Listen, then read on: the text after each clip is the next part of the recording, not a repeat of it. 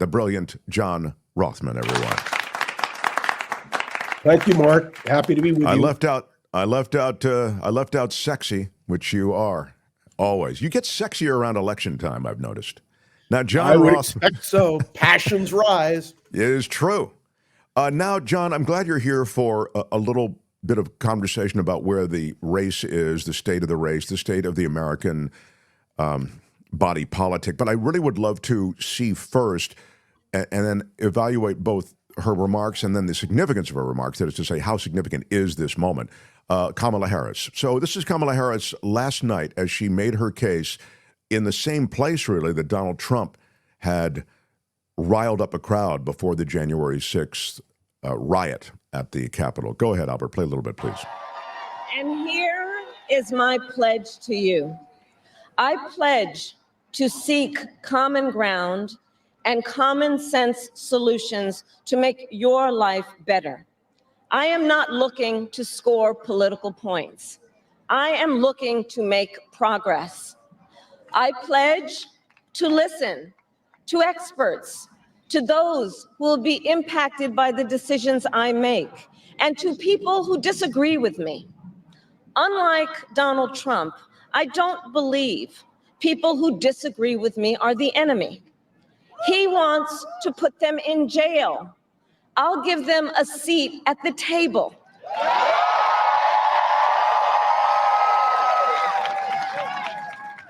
I pledge to you to approach my work with the joy and optimism that comes from making a difference in people's lives. And I pledge to be a president for all Americans. And to always put country above party and self.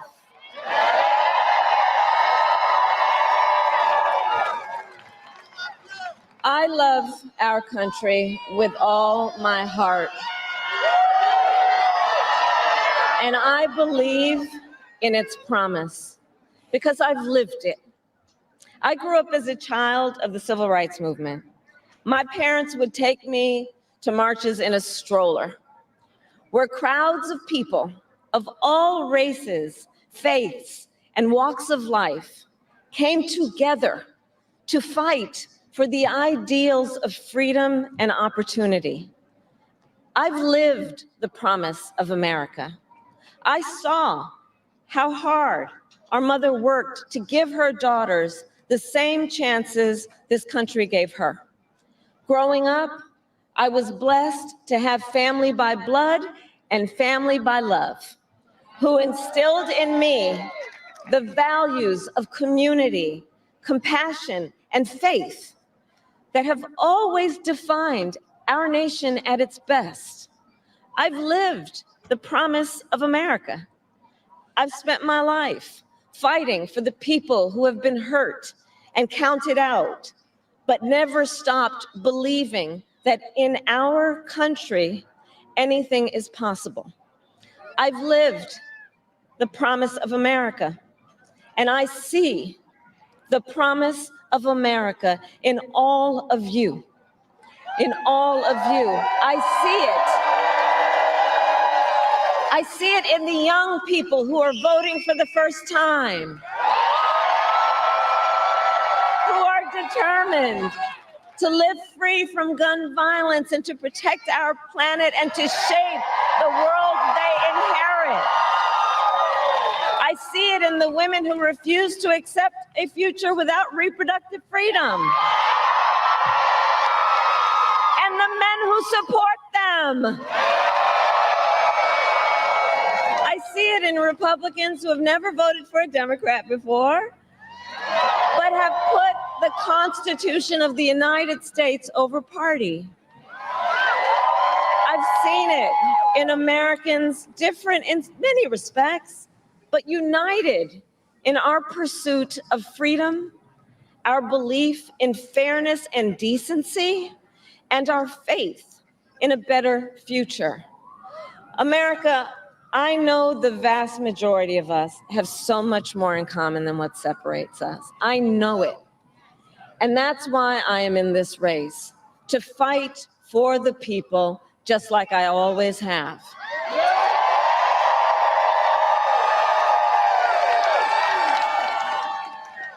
Nearly 250 years ago, America was born when we wrested freedom from a petty tyrant. Across the generations, Americans have preserved that freedom, expanded it, and in so doing, proved to the world that a government of, by, and for the people is strong and can endure. Very good, Albert. I think that was good stuff. Dave says she doesn't have anything on there eating the pets. That's true. She didn't mention that they're eating the pets. I thought actually that was a terrific speech. And when I say that, I mean whoever wrote it, and I'm sure she contributed to the writing of it, but it was absolutely a thing of perfection. In fact, I loved the contours of the speech. I loved the fact that she wove into the speech the promise of the country and the fact that she'd lived a lot of that promise in her life. I thought it was very, very well written, and I thought it was delivered well. I mean, I thought she did an okay job. I mean, let me just say this. When we're talking right now to John Rothmann, you're an orator. What you say is enhanced by the way you say it, John Rothmann. I think Kamala Harris does a really nice job with these great words. I don't think she's an orator the way you are, for example, or whether Barack Obama is, but I don't mean to take anything away from it. I thought that speech was quite excellent, and I thought she did a really nice job with it. My question to you is, who heard it and did it influence anything? In other words, how important is a speech like that, if you will, the closing argument as it was being played by so many in media? It was tagged that way. Did it land? For those of us who support Kamala Harris, and I proudly support her, it landed. But for the Trump people, and I spoke with a number of Trump people yesterday, there is an absolute detestation of anything that Kamala Harris says. Look, let's be clear. This election is a pivotal election, unlike any other election I've ever lived in my life, because it's two directions. After I listened to Kamala yesterday, I turned on Sean Hannity on Fox because he had an exclusive interview with Donald Trump. So I listened essentially to an equal time between the two. Donald Trump's vision of America is dark, and it's scary. And will we embrace that vision?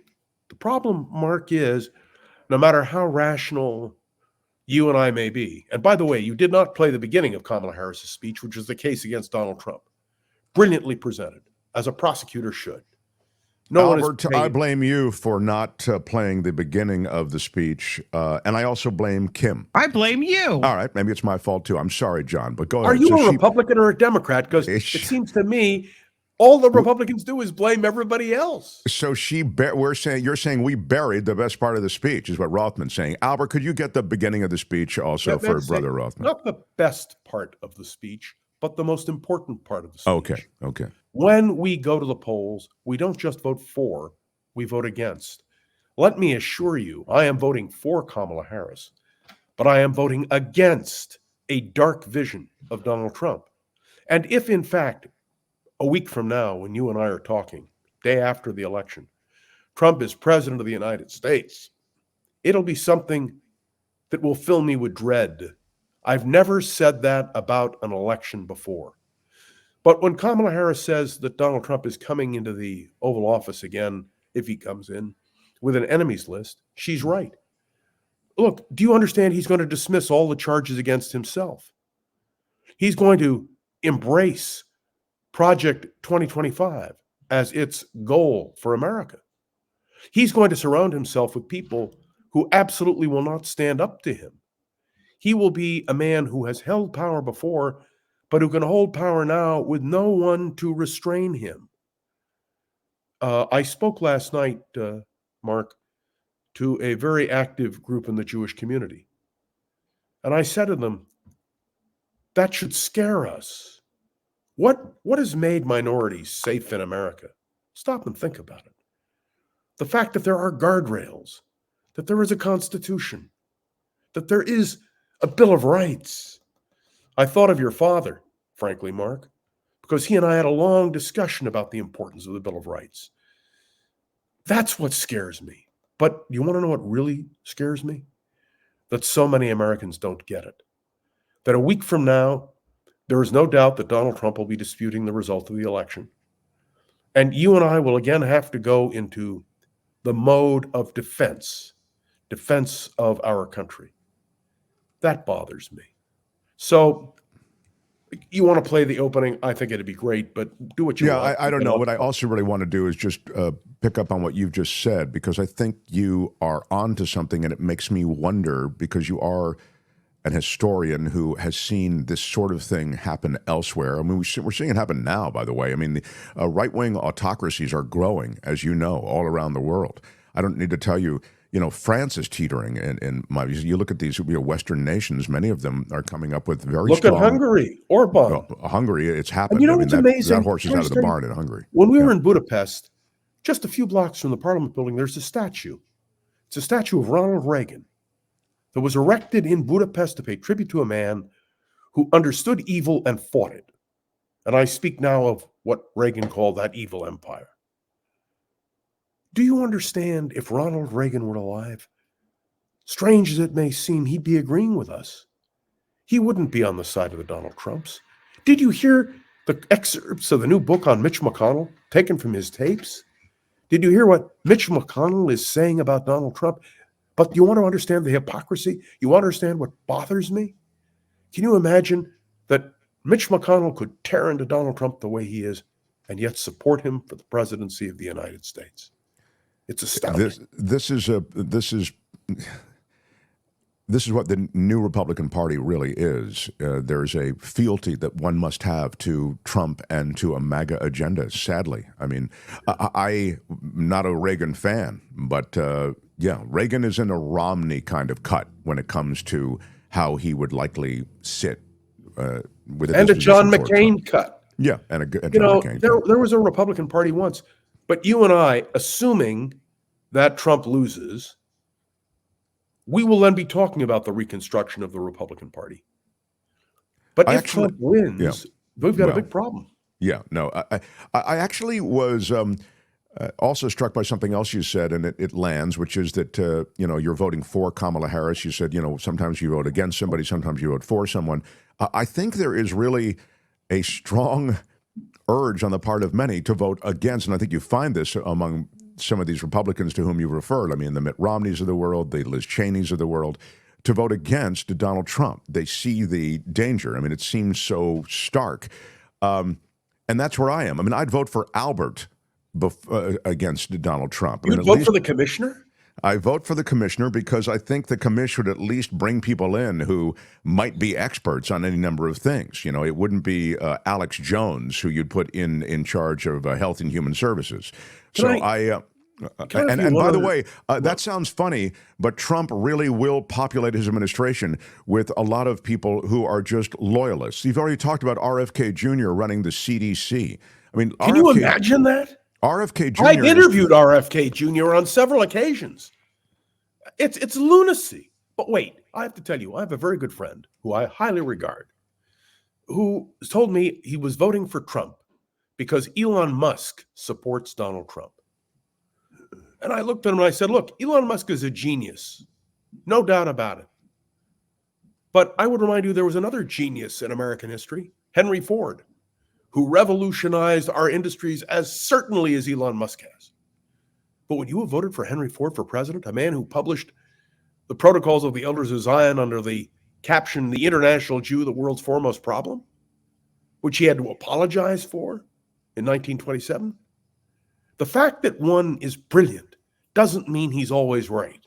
And by the way, I include you and yours truly. Thank you, John. No. Thank you. I appreciate this is the other thing that scares me. But did you hear Arnold Schwarzenegger? Do you have a copy of Arnold Schwarzenegger's statement this morning? Yeah, I know. I saw that he endorsed Harris, but he did it with eloquence and precision. Yeah. Maybe we'll rally that. We love when John comes on and just without warning goes, "Can I get the? Where do you have the Donald? Do you have the Schwarzenegger was great. Get him. Get him. I want you to get Schwarzenegger. We have Schwarzenegger waiting, and we'll get to it. I thought this is interesting. I want your reaction. David says, we are living through the end of white male Christian hegemony in this country, and this is the result. Do you think there was this rise of a white Christian hegemonic kind of control, and that this really is the result? That's a really interesting narrative, in America. No, I don't accept that at all. Okay. I've never accepted that idea. It was promulgated in the past by others who have run for political office.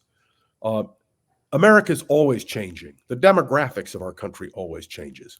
Those were the arguments used at the height of the immigration crisis, not now, but way back when the Poles and the Irish and the Italians and the Jews came to America. And so it's the same retread. I think what it is not that people want to cling to power, but I think you have to recognize that the people who have power are always vulnerable because you can criticize them. It's easy to criticize people who do not have power. On balance, we have a great country. When Donald Trump referred to the trash can of America, I thought to myself, what patriotic American could ever embrace that kind of concept? And by the way, the distortions, the lies, the fact-checking that we should be doing, here we are talking about all this stuff. And in fact, this is a dangerous moment because there is no fact check. There is no restraint on a Donald Trump, none at all. And that, to me, is alarming. Well, I mean, that's exactly right. We're going that way. Mo Direct says, if the House or the Senate goes GOP and Trump does not win, all he has to do is make one phone call and he will end up still forcing policy to the evil wrongdoing upon the masses of this democracy. I mean, I don't know if he can, if they only control one, sadly, if it's the Senate, it can really be an issue. It's the judges. Yeah, it's the judges, That's exactly. The that really is the I have problem. a feeling that we may not know in a week, but in 2 weeks we will. The Republicans may end up controlling the Senate. Now imagine this nightmare scenario. Harris is elected president, but the Republicans control the United States Senate. Harris nominates judges, and as the number 2 Republican in the Senate, who is running for the chairmanship of the party caucus, says, we just won't approve what she proposes. Right. That's the thing that scares me. Well, and they've already done it. I mean, you've seen it. You've seen it happen. Mitch McConnell did it with the Supreme Court, as you are aware. So these down ballot races, where are we on them? Could Ted Cruz actually lose in Texas? Yes, he could lose, but it depends on voter turnout. It appears that John Tester is going down to defeat. It appears that that's a problem. I mean, Tester's a Democrat. Certainly is. So there are real concerns, real issues that we confront. And the amazing thing, Mark, when we meet next Wednesday at our accustomed hour, we may not have answers. There may be more questions than answers. The other thing, which we haven't talked about, is the fact that all the legal wheels are now spinning on the Republican side and, yes, on the Democratic side. So there may not be a finality to the election for weeks, months. And if Trump has his way, well, we could have a real constitutional crisis. Well, when you say months, I mean, John, there is a clock ticking, right? There's a shot clock on how long you can sit around and mess with this December in the courts. 10th is really right. the end. So it's not the kind of thing where, you're going to be sitting around. No, but the legal contests can go on, and the disruption can go on. Sure. And that's the thing. You mentioned these endorsements, and of course the endorsement of Arnold Schwarzenegger, who is Republican. These endorsements matter? I don't think people vote for endorsements. It's funny, my wife and my kids and I are getting together to fill out our ballots. And who reads the voter handbook? Well, I'm a nerd, I do. But we're going to sit down and go over the ballot arguments. And in the old days, we would look at who endorsed a particular ballot measure and who opposed it. And that's how we decided how to vote. And I want to suggest to you that many people are really up in the air, but there are so many factors in this election that we just have to wait and see whether endorsements matter at all. I thought, to be honest with you, Dick Cheney and Liz Cheney would have a huge impact. But maybe It's the pop stars that are going to have a big impact. Sure. The new influencers, the Taylor Swifts of the world. Yeah. As when you know, Taylor Swift endorsed Harris, I thought, well, now all this younger generation will turn out to vote. Maybe, maybe not. it's also damaged the Taylor Swift brand. I mean, I don't know that she can afford to take damage without it, being the kind of mortal damage Let that me would point affect out, a career. Taylor Swift may be a star, but to get 50,000 followers for the Mark Thompson program, a superstar. Thank you for swinging it back to us. Schwarzenegger, a rare presidential endorsement just 6 days before the election. The former governor of California, who refused to vote for Donald Trump in 2016, announced that he'll be voting for Kamala Harris and Tim Walz. He wrote, "I don't really do endorsements. I'm not shy about sharing my views, but I hate politics and don't trust most politicians." But despite that, he says that it's time for the country to move forward, and the only way to do that is with Harris and Walz. He made a blistering assessment of Trump. He predicted that the havoc would be wrought if he were to become president again. And Schwarzenegger wrote, "We need to close the door on this chapter of American history, and I know that former President Trump won't do that. He will divide, he will insult, he will find new ways to be more un-American than he already has been, and we, the people, will get nothing but more anger." It was a lengthy announcement, and Schwarzenegger said, "Let me be honest with you, I don't like either party right now. My Republicans have forgotten the beauty of the free market, driven up deficits, and rejected election results. Democrats aren't any better at dealing with deficits, and I wonder about their local policies hurting our cities with increased crime. It's probably not a surprise," he went on, "that I hate politics more than ever, which if you are a normal person who isn't addicted to this crap, you probably understand." And then he touched on the controversial comment made by Tony Hinchcliffe, the comedian, at the Madison Square Garden show in that rally, where he referred to Puerto Rico as an island of garbage.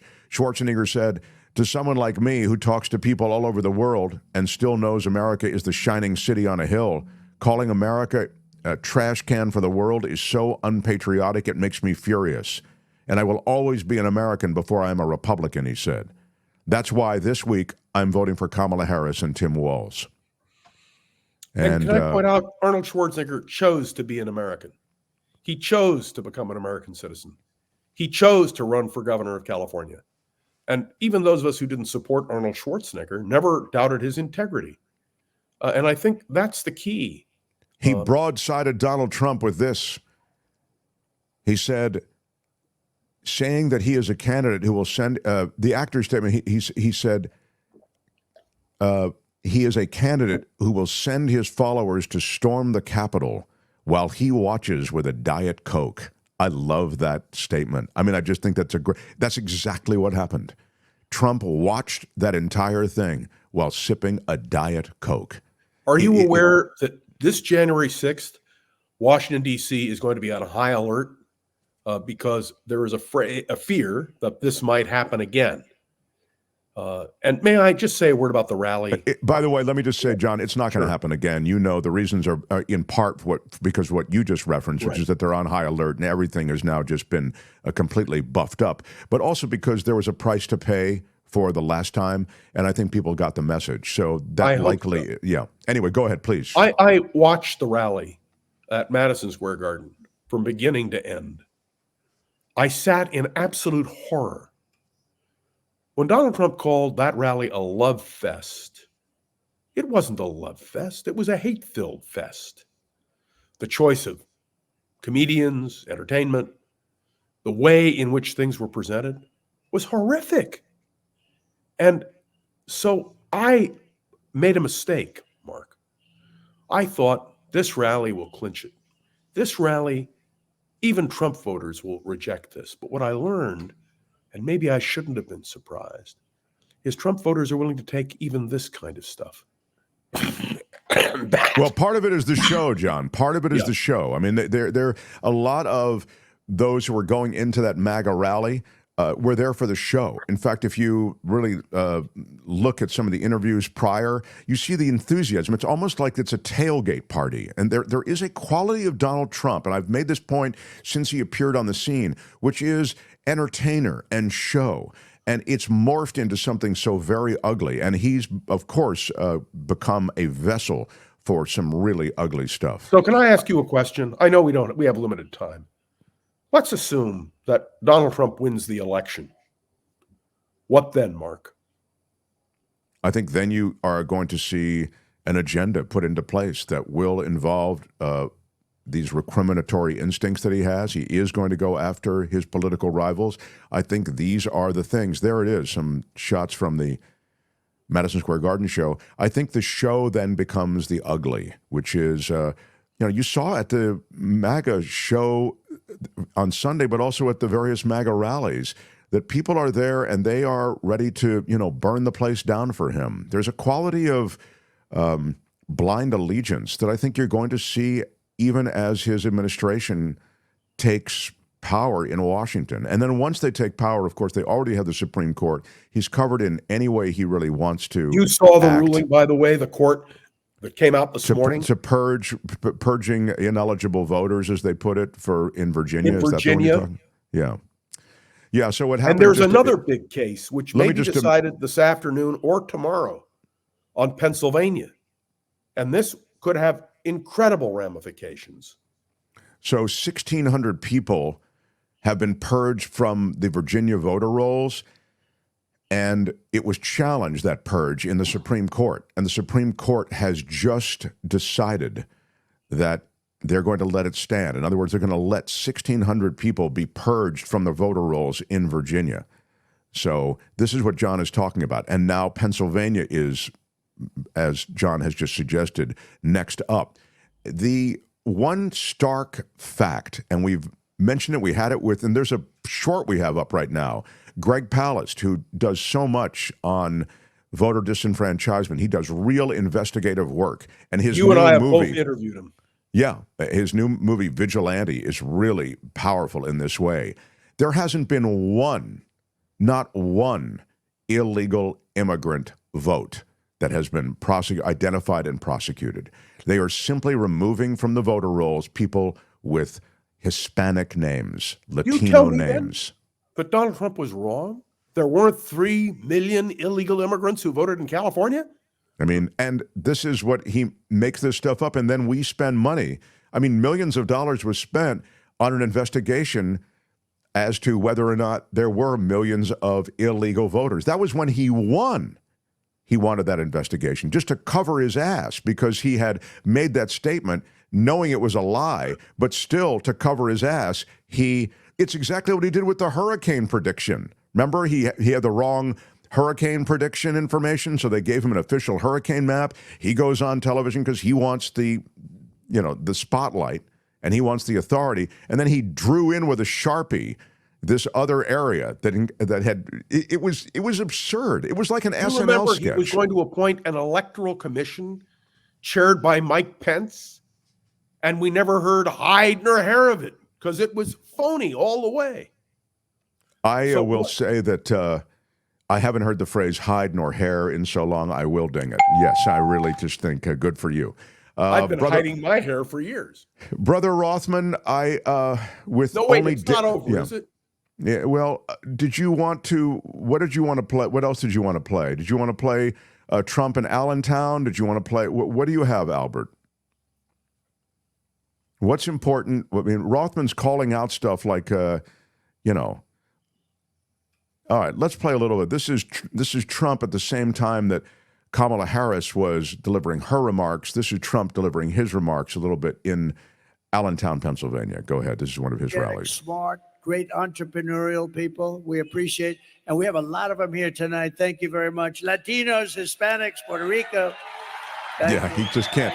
He just can't say that enough now that he's trashed them. And thanks also, I want to just thank some great people that are here, members of Congress. They're warriors. They're tough and they're smart and they love this Commonwealth. And they also love our country a lot. Dan Muser. Dan, thank you very much. I don't need to see this. I don't need to see this. This is just him. This is him lavishing praise on a bunch of people he doesn't know who they are or whatever. He just, it's a one and done. But we aren't going to get together on election night, I take it, however briefly. Yeah, in fact, this is a moment that I can mention it.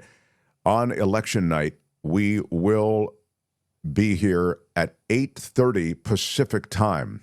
So those of you who are in the East who want to jump on, it is 11:30 Eastern, and we'll go till 12:30 Eastern. Okay, so 8:30 on the West Coast till 9:30 on the West Coast. We won't know a lot, but to the extent that we need to do a group hug, we can do it. And we also have a number of different people passing through, like John Rothmann, Pat Thurston, David Katz, talking to others who, again, are part of existing coverage. I mean, for example, David K. Johnston, who said he may stop through as well, even as he has other responsibilities, Michael Schur. So these are all our regulars. Gil Gross is coming. And Gil Gross, who I think is just brilliant. Gil Gross will be here too. So Rothmann will have his brilliance matched by many others who will be part of things. It's our election special. Again, election night, 8:30 Pacific to 9:30 Pacific time. So I'm looking forward to that, John. That should be interesting. And it's really too close to call, isn't it? I hope not. I hope not, Mark. I hope that by the time we're on the air, we have an indication. But if we don't, we shall persevere and meet again the next day, because yeah, that's we are right. scheduled for next Wednesday. Wednesdays with Rothmann. Thank you, John. You can find him on the podcast network that is all about Around the Political World with John Rothmann. His podcast continues to do well. And I think you run our conversations typically after we've done them we on do. your podcast. And I want to again extend my heartfelt congratulations to Mark and the team for hitting 50,000. May you continue to grow and prosper. Thank you, sir. John Rothmann, everybody. Hi, it's Mark, and I thought that was great. Hit the notification bell. You'll know whenever there's a new video being dropped, and please subscribe to our channel to help us save the universe.